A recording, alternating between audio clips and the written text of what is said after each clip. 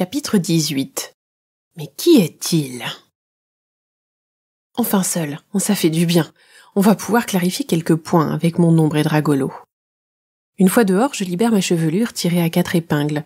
Une brise légère remet mes boucles en place. C'est un soulagement. Je commençais à avoir mal aux cheveux. Du moins aux racines. Si les cheveux étaient sensibles, on flipperait tous d'aller chez le coiffeur. Je profite de l'attente pour me changer, car le vol va me paraître interminable si j'ai froid. Entre le vent et l'air marin, je n'ai pas envie de rattraper la crève. Je fouille dans la besace de voyage fixée au dos de Dragolo et j'en sors la tenue idéale. Une robe courte et grise, à manches longues, avec la particularité d'avoir une capuche ample, plus un legging dans une couleur presque identique. J'y ajoute d'épaisses chaussettes turquoises, elles-mêmes assorties à des mitaines me remontant jusqu'au coude.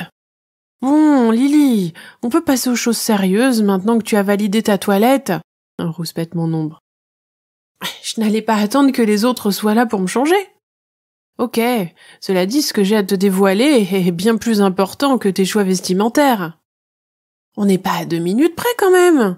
Voilà, je t'écoute, vas-y. C'est quoi cette histoire de fiole magique? L'interrogeai-je tout en m'habillant d'eau au soleil afin de la voir en face de moi. Mr. Peternotte est carrément louche.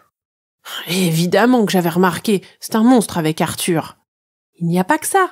Dans le laboratoire, après que tu lui aies tourné le dos, et pendant que ton petit chéri se concentrait pour bien respecter la recette, son père a rajouté un ingrédient jaune qui ne semblait pas être sur la liste. Qu'est-ce qui te fait dire qu'elle n'était pas sur la liste? Tu n'as jamais préparé de potion, à ce que je sache?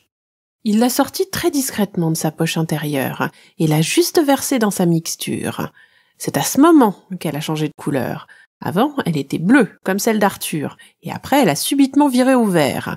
Du coup, lorsque personne ne regardait, j'ai subtilisé le flacon d'Arthur que je pense être le bon antidote. Finit-elle de m'expliquer avec un clin d'œil. Je veux bien te croire. Mais pourquoi son père aurait-il saboté son propre mélange et traité son fils de la sorte? Ça n'a aucun sens, fronçai-je les sourcils en remontant une chaussette au-dessus de mon genou après l'avoir enfilée. Silencieux jusque-là, Dragolo intervient. Tout à l'heure, dans le couloir des ancêtres, j'ai largement eu le temps d'observer les détails des membres de cette famille d'enchanteurs, et quelque chose m'a frappé. Et ? L'interrogeai-je, vu qu'il ne semblait pas vouloir finir sa phrase. Je déteste les sorciers à cause de ce qu'ils ont fait subir à mes parents. Alors, c'est pas facile à admettre, mais... Mais quoi? Crache le morceau, m'impatientai-je. Ils avaient tous l'air sympas dans la galerie des tableaux. Hein? Tu nous fais un tel cinéma pour si peu? C'est sûr, ça valait le coup de ménager le suspense. Dans cette famille, ils ont une bouille sympa en peinture. C'est ça ton scoop? Je rêve, lance mon ombre, on ne peut plus moqueuse. T'as suivi ce que je viens de vous raconter? Je dévoile une conspiration et toi tu passes 1 heure sur un détail sans intérêt. Oh, c'est bon là, raplapla, se rebiffe mon dragon. Justement, ce que je dis va dans ton sens.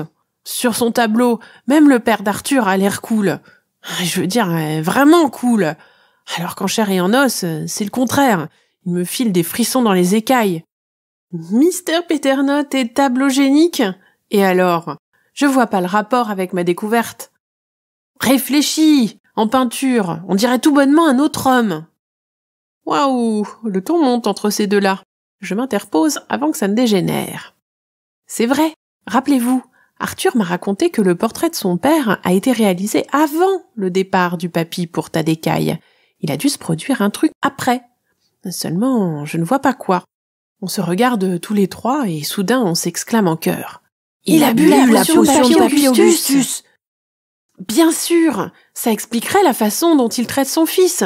Et Arthur qui croit que c'est sa faute, m'attristai-je. Pauvre petit, soupire Dragolo. Faut dire qu'ils vivent une situation identique. Tous deux ont vu l'un de leurs parents devenir méchant au point de s'en prendre à eux. Il est impératif de séparer les sorciers pour que je puisse en parler à Arthur. Et je connais la technique parfaite pour parvenir à mes fins. Attention, les voilà qui arrivent, soufflai-je. Arthur et son père sortent de la maison alors que je finis de m'habiller. Ils grandissent en passant le pas de la porte et se dirigent vers nous. Ils se sont également changés. Mr. Peternotte me donne l'impression d'avoir pris de la carrure. En guise de sous-vêtements, il a dû enfiler un déguisement de Spider-Man aux muscles en mousse. Ou, seconde possibilité, il a superposé au moins 3 pulls parce qu'il est super frileux. Même s'il est bizarre, je pencherais plutôt pour cette seconde option. Il va suer comme un bœuf avec la chaleur tropicale qui nous attend. Tant pis pour lui, ça lui fera les pieds. En revanche, il faut avouer que son gabarit king size se marie bien avec son ample kimono blanc. Cintré à la taille et par une sorte de gaine en cuir brun, il me fait penser à une tenue de sorcier ninja. En plus, il a rabattu une grande capuche qui dissimule ses cheveux en bataille. Au bas de son visage, il porte un foulard en triangle, d'un beau bleu électrique, avec des dorures sur le contour. Résultat, seuls ses yeux sont apparents. C'est sûr, la métamorphose est plutôt flatteuse. Malheureusement, au moment où il tourne la tête, j'aperçois son immonde nœud pape qui dépasse un peu sous son bandana stylé. Ah, c'est plus fort que lui. Vite, je me focalise sur Arthur qui est à ses côtés. Lui aussi a enfilé sa tenue de voyage. Une belle tunique gris-vert qui lui descend jusqu'aux genoux, avec une ceinture dorée qui s'enroule autour de la taille, à la façon d'un serpent. Le bas de son vêtement se divise en 3 pans, avec au centre un long rectangle de tissu brun qui s'arrête à mi-mollet. Les motifs géométriques kaki qui l'ornent me font penser à des runes magiques. En guise de manteau, il porte une sorte de cape à capuche, attachée à l'épaule par une boucle de bronze. C'est à la fois simple et classe. Il a un charme fou en version sorcier aventurier. Le seul hic, c'est qu'il traîne un gros sac de voyage, tandis que son père a les mains vides. Ah, ça me révolte. Il le prend pour son esclave ou quoi? Courage, Arthur, ça ne va plus durer. Je m'adresse au tyran avec le sourire le plus hypocrite dont je suis capable.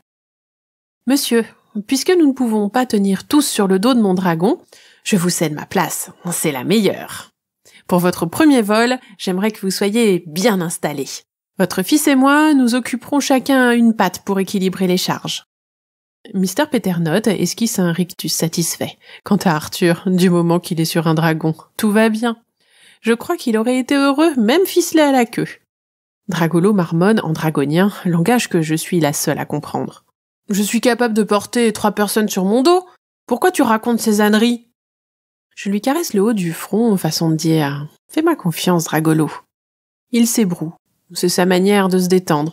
Finalement, il frotte sa grosse tête contre mon ventre, comme quand il était plus jeune.